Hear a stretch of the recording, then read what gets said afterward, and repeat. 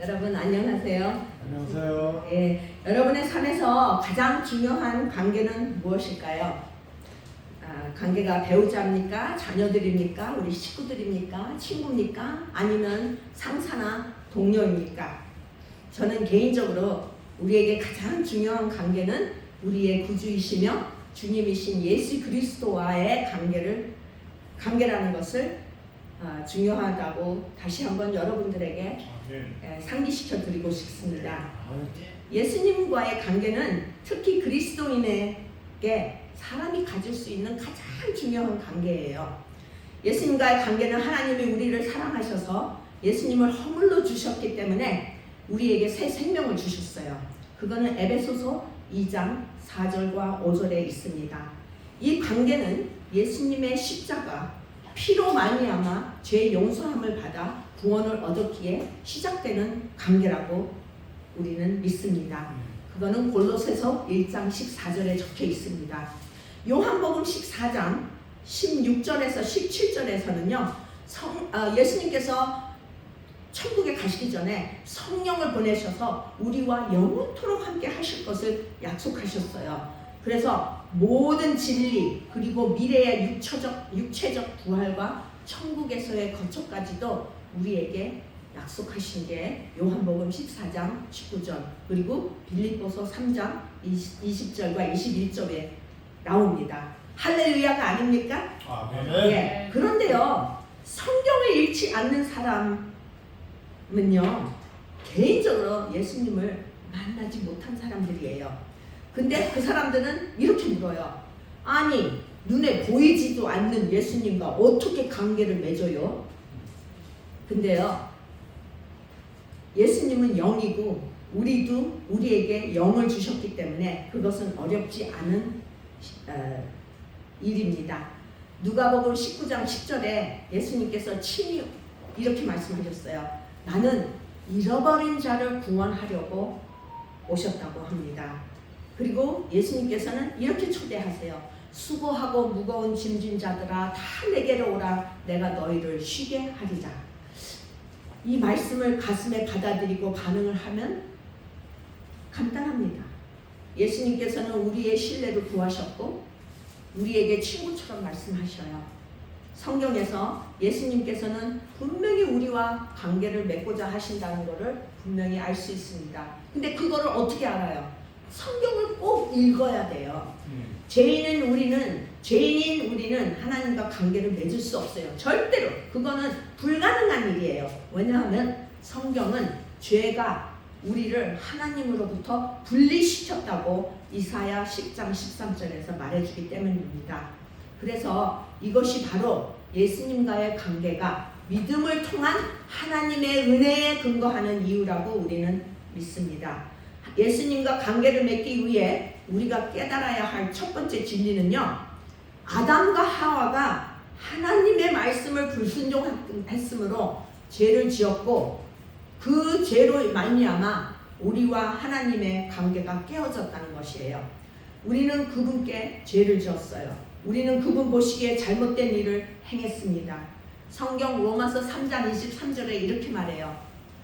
모든 사람이 죄를 범하였음에 하나님의 영광에 이르지 못하더니라고. 이것이 바로 하나님의 기준입니다. 그리고 이것은 완벽한 것입니다. 그분은 절대적으로 거룩하시기 때문에 이러한 완전한 기준을 세우셨지만 우리는 죄인이기 때문에 그 완전한 기준에 미치지 못합니다. 우리 각자는 그렇기 때문에 하나님 앞에 우리 자신을 낮추고 우리의 죄를 인정해야 해요. 예수님과 관계를 맺기 위해서 우리는 또 죄의 삭은 사망이라는 성경적 진리를 이해해야 합니다. 삭은 우리가 행한 일에 대한 대가입니다. 그러므로 우리 죄의 대가 또는 결과는 사망이죠. 그래서 많은 사람들이 죽기 싫어서 영원한 삶을 살기 위해서 지옥에 가기 싫어서 예수님을 믿는다고 해요. 하지만 이것은 우리의 영적 죽음, 즉 하나님과의 영원한 분리를 말합니다. 예수님과 관계를 맺으려면 우리는 우리의 죄에도 불구하고 하나님께서 우리를 사랑하신다는 진리를 깨달아야 됩니다. 이것이 바로 하나님께서 그의 아들 예수 그리스도를 우리의 대속자로서 보내어 우리를 죽게 하신 이유입니다. 로마서 5장 8절 이렇게 말해요. 하나님께서 우리가 아직 죄인 되었을 때에 그리스도를 보내어 우리를 위해 죽게 하심으로 우리에게 대한 자기의 큰 사랑을 확증하셨느니라. 하나님께서는요, 우리가 우리의 죄를 깨끗이 하거나 아니면 어떻게든 죄를 굴복할 때까지 기다리지 않으셨어요. 왜냐하면 이거는 불가능한 일이기 때문이에요. 오히려 우리가 아직 그분의 원수 되었을 때에 우리를 위해서 자신을 희생하셨습니다. 예수님께서는 우리가 마땅히 받아야 할 형벌을 자신한테 받으셨어요. 예수님께서는 우리가 생명을 얻을 수 있도록 우리를 대신하여 돌아가셨어요. 그러므로 우리는 자신을 구원하거나 구원에 기여하기 위해 할 수 있는 일이 전혀 없다는 것을 우리는 인정해야 합니다. 하나님께서는 그리스도의 희생을 근거로 은혜로 즉 가분한 축복으로 우리의 죄를 용서하십니다. 여러분은 하나님 은혜 안에서 믿음으로 구원을 받았습니다. 여러분 스스로는 자신을 구원할 수 없습니다. 구원은 하나님의 선물입니다. 또한 착한 행동으로 구원받는 것이 아니므로 아무도 자랑할 수 없습니다. 에베소서 2장 8절과 9절에 이렇게 말씀하셨습니다. 주 예수님께서는 이미 모든 일을 다 이루셨고 완벽하게 이루셨습니다.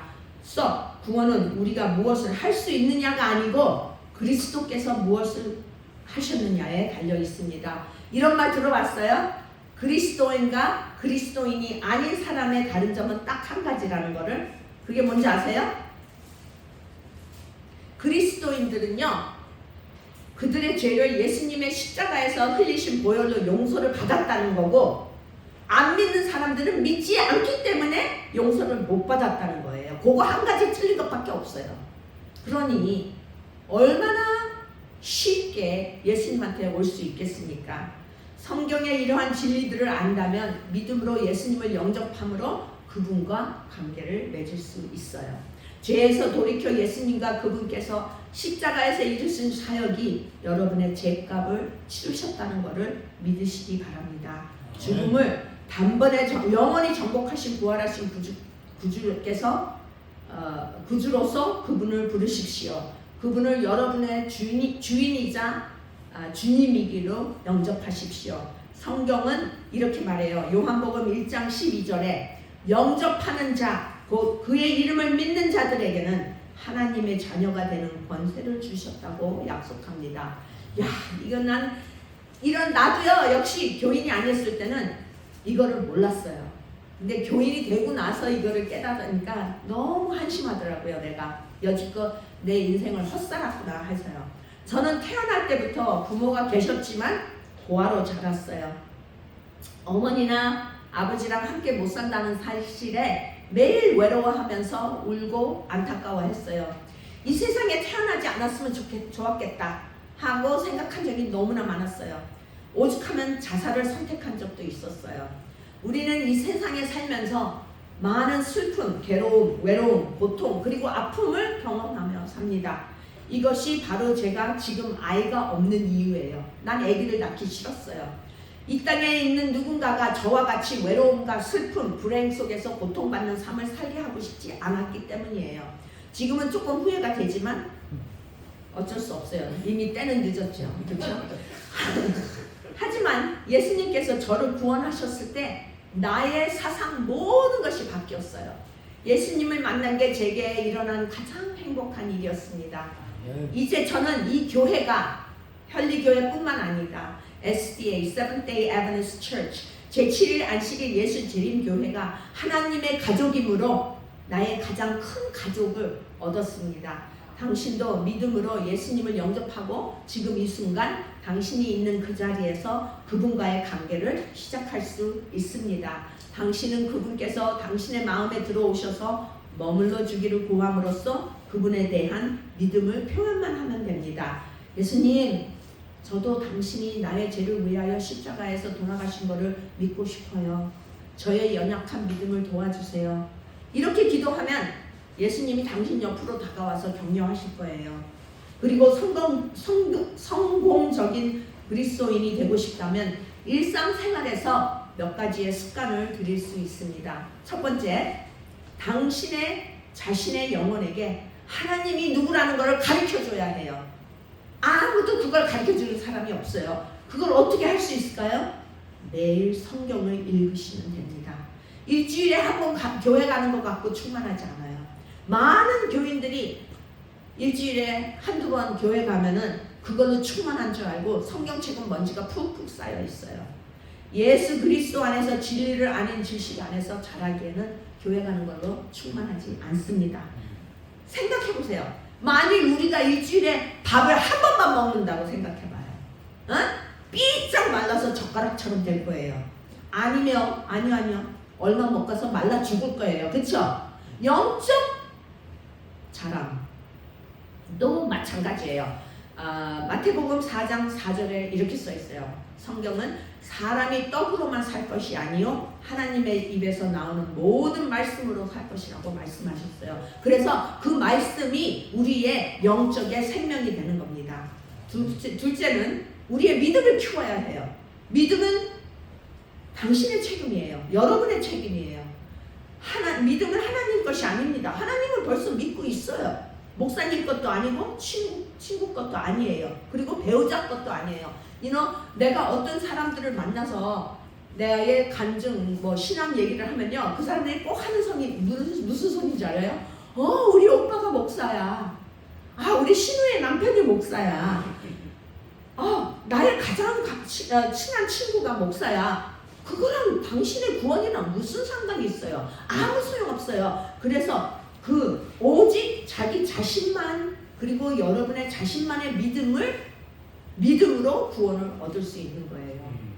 그래서 하나님은 당신에게 강한 믿음을 키우는데 특별한 필요한 도구를 주셨어요. 그게 뭔지 알아요? 로마서 10장 17절이 그걸 알려줘요. 그러므로 믿음은 들음에서 나며 뭐를 들어야 되냐?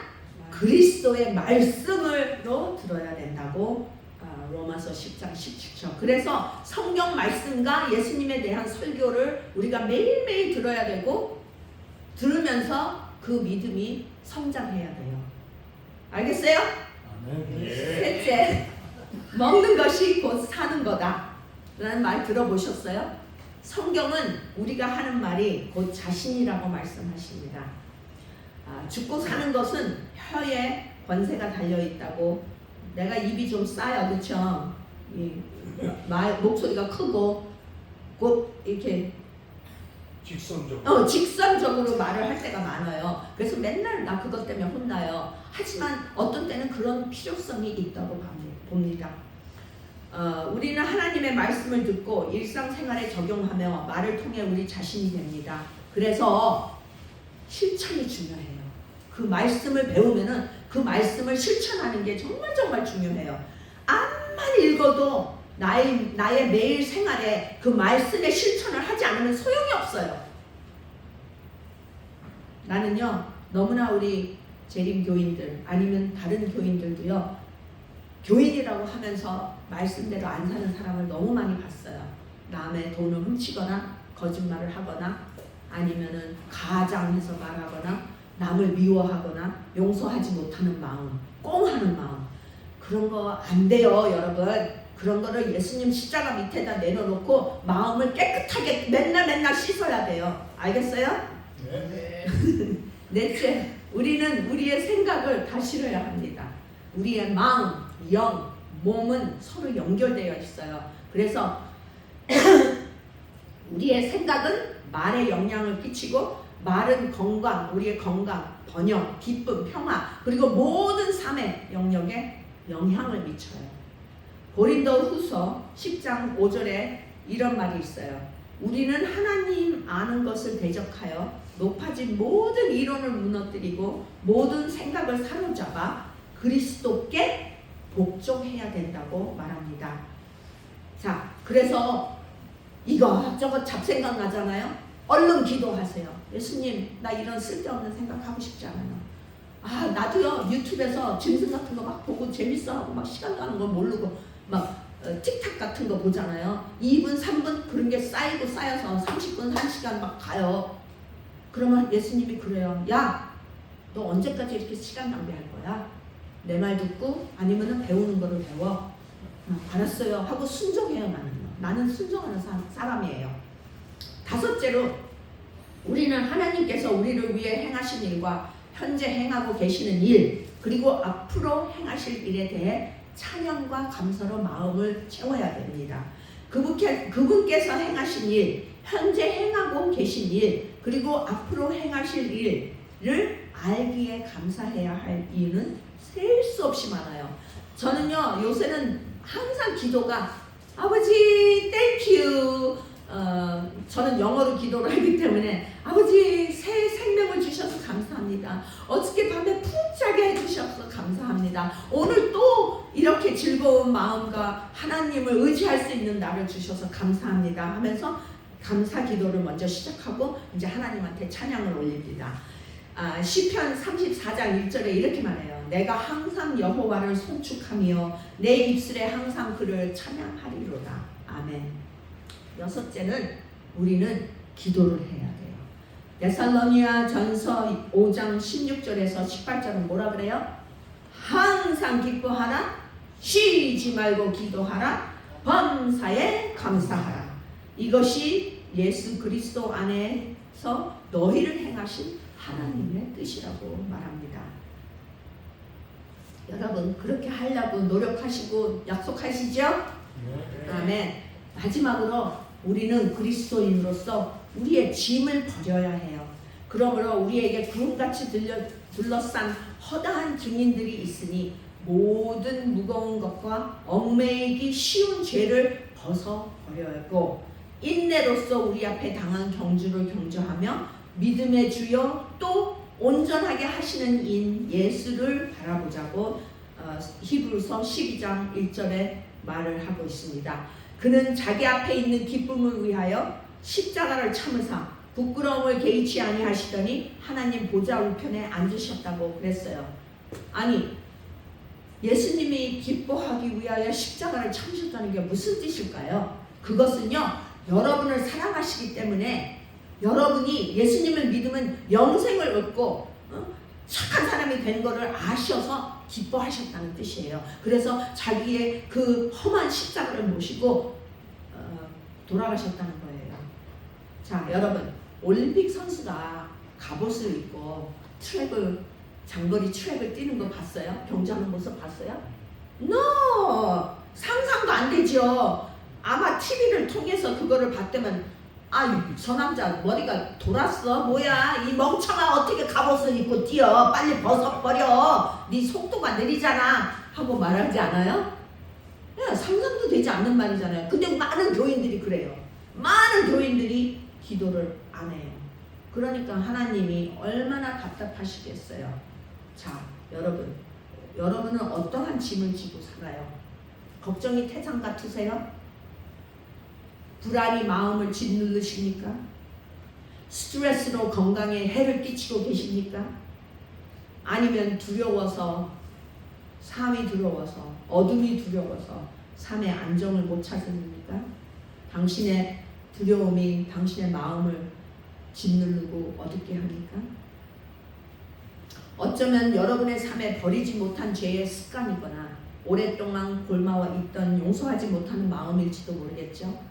여러분의 고통이 무엇이든 오늘 그것을 예수님한테 드리겠다고 마음을 다짐하시기 바랍니다.